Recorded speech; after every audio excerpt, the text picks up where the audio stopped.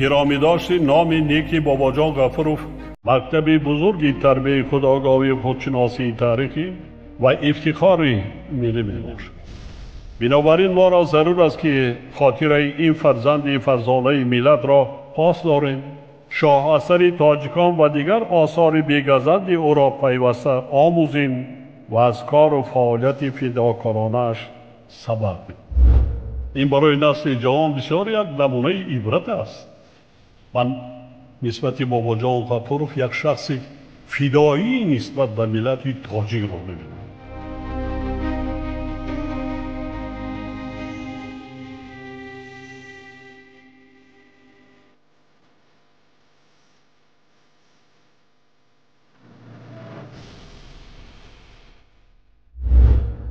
درود شنونده های گرامی، با توجه شما گفتار ادبی از سلسله خوانش بدیعی از روی کتاب تاجیکان اکادمیک بابا جان غفورov، نشر مختصری علمی عاموی، راوی هنرپیشه خلقی تاجیکستان قربان صابر.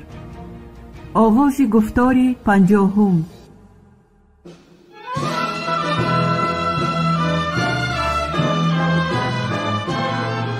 بابا جان غفورov، تاجیکان. تاریخ قدیمترین، قدیم، عصر میانه و دوره نو.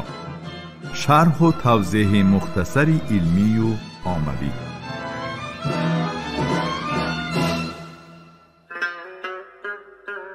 آیید به مسئله پیدایش و انکشاف زبان ادبیات کلاسیکی تاجیک.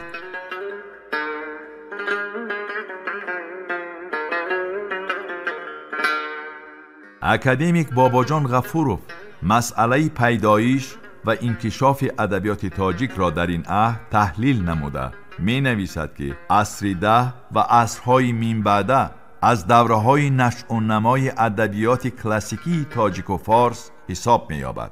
آثار ادبیات بدیعی، اثرهای تاریخی و علمی که در این دور به وجود آمدند در حیات فرهنگی مردم ماوراءالنهر، خراسان، ایران غربی، هندوستان شمالی و بسیار مملکت‌های شرق نزدیک و میانه نقشی مهم بازیدند. توسط ترجمه روسی و زبان‌های اروپای غربی امروز یادگاری‌های ادبیات کلاسیکی تاجیک و فارس ثروت معنوی بسیار خلق‌های جهان گردیدند و به گنجینه عمومی دردانه‌های قیمت‌بهایی که انسانیت اندوخته است داخل شدند.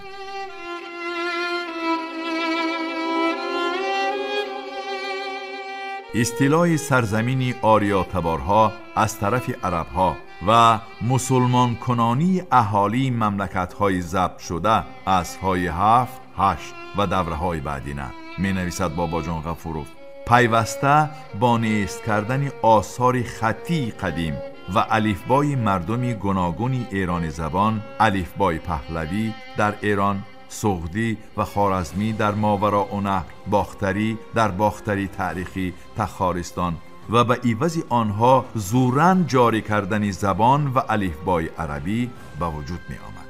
اگرچه در ناحیه‌های جداگانه این سرزمین تاکید می نماید مؤلف، مثلا در ولایت‌های نزد بحر کسپی، آسیای میانه، خوارزم، سغد و ترکستان شرقی خطهای پهلوی، خوارزمی، سغدی، مانی، نصرانی در دوام یک چند عصری بعد از اصطلاح عربها تا درجه نگاه داشته شده باشند هم برابری تدریجاً به دین اسلام گذشتن اهالی امکانیت نگاه داشتن و انکشاف دادن آنها ضعیف می گردد.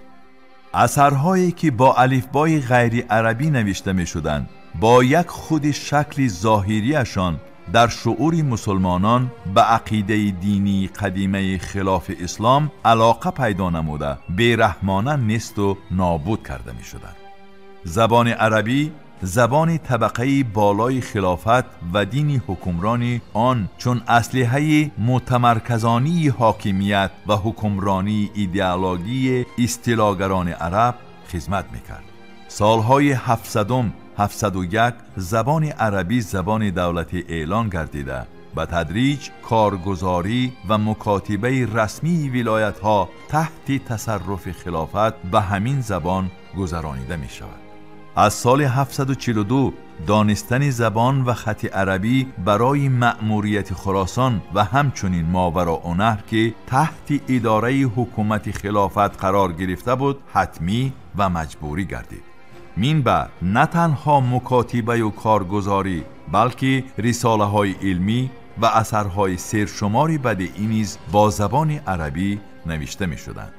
با معلومات ثعالبی در دوره سامانیان زیاده از 119 شاعر به زبان عربی شعر می گفتند. اما با این همه زبان عربی نتوانست زبانهای زنده ایرانی اهالی را کاملا از بین برد. عامه وسیع اهالی شهر و دهکده های ماوراءالنهر، خراسان، سیستان، ایران غربی به زبان مادری خود صحبت می‌کردند و این زبان سرود و داستان‌های قهرمانی ایجاد می‌نمودند و زبان عربی برای آنها همیشه بیگانه ماند.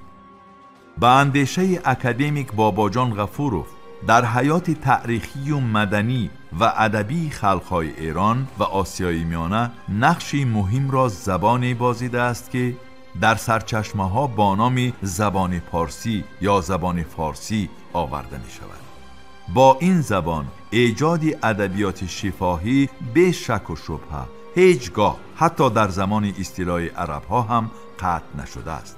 شرایطی به میدان وسیع حیات سیاسی و معنوی برآمدن زبان فارسی و با خط عربی تجسم کردن آن پیش از همه در ماوراءالنهر، خراسان، سیستان پیدا شده بود. محض در همین جایها اولین دولتداری های مستقلی طاهریان سالهای 821 873، صفاریان سالهای 873 903، سامانیان سالهای 875 999 به وجود آمدند و اعیان و اشراف محلی و دایره های طرفدار آنها زبان مادری خود، زبان اهالی محلی زبان فارسی را به صفت زبان دولتی و ادبی پیشنهاد کرده با همین راه استقلال سیاسی و مدنی خود را در نزد خلافت عرب تأکید و تأیید می نمودند.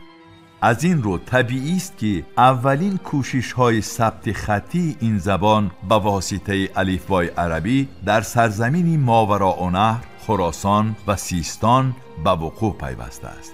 در همه سرچشمه ها زبان این ادبیات فارسی، پارسی، پارسی دری نامیده می شود.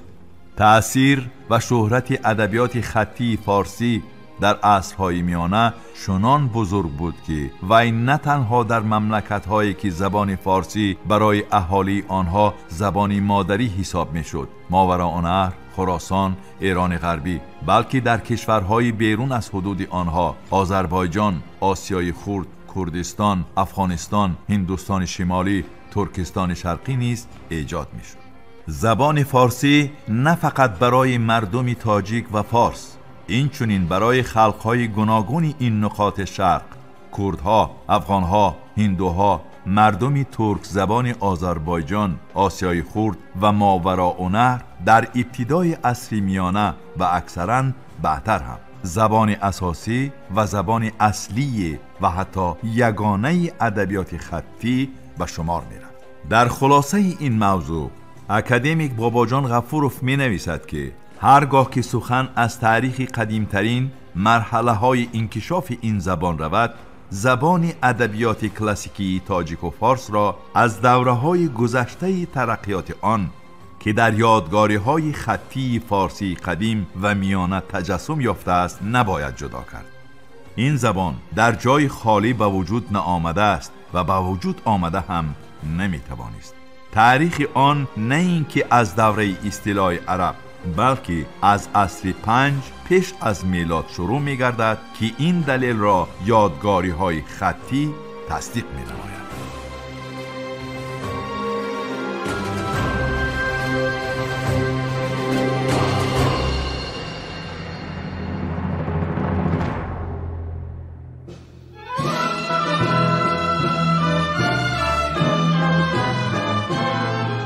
باباجان غفوروف، تاجیکان. تاریخ قدیمترین، قدیم، عصر میانه و دوره نو. شرح و توضیح مختصری علمی و عملی.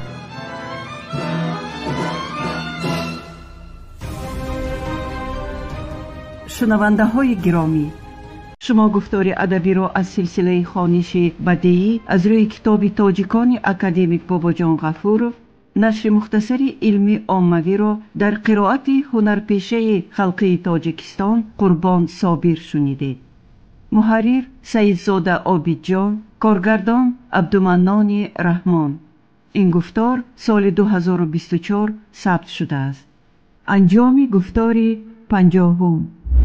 آموزش کتاب تاجیکان جوانان ما را هشدار می دهد که نیاگان فرزانه ما در مسیر تاریخ چه جایگاه مقدس داشتند. کتاب تاجیکان احساس خودشناسی ملی و زیرکی سیاسی را در دل و ذهن جوانان ما تحکیم می بخشد.